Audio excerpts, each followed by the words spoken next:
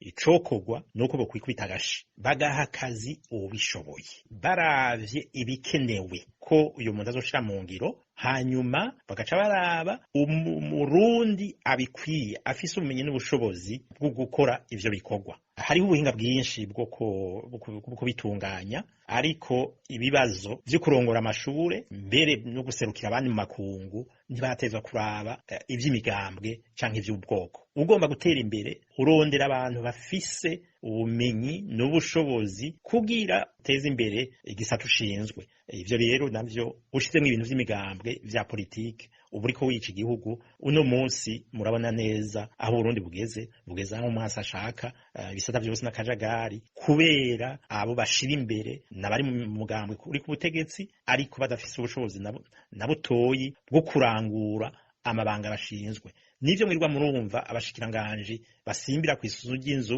ngo bazokora ibikora inka kugira ngo Burundi mu myaka 40 buzobe buteye imbere. Ihi bambewe mu 2040 Uburundi buzoba buri mu kinogo, kiretse abari ku butegetsi umukuru w'igihugu Evariste Ndayishimiye yikubisa agashi agasubiramwo ingene Uburundi buriko buratwagwa, agashira imbere ababishoboye ntashira imbere abamilita ba CNDD-FDD.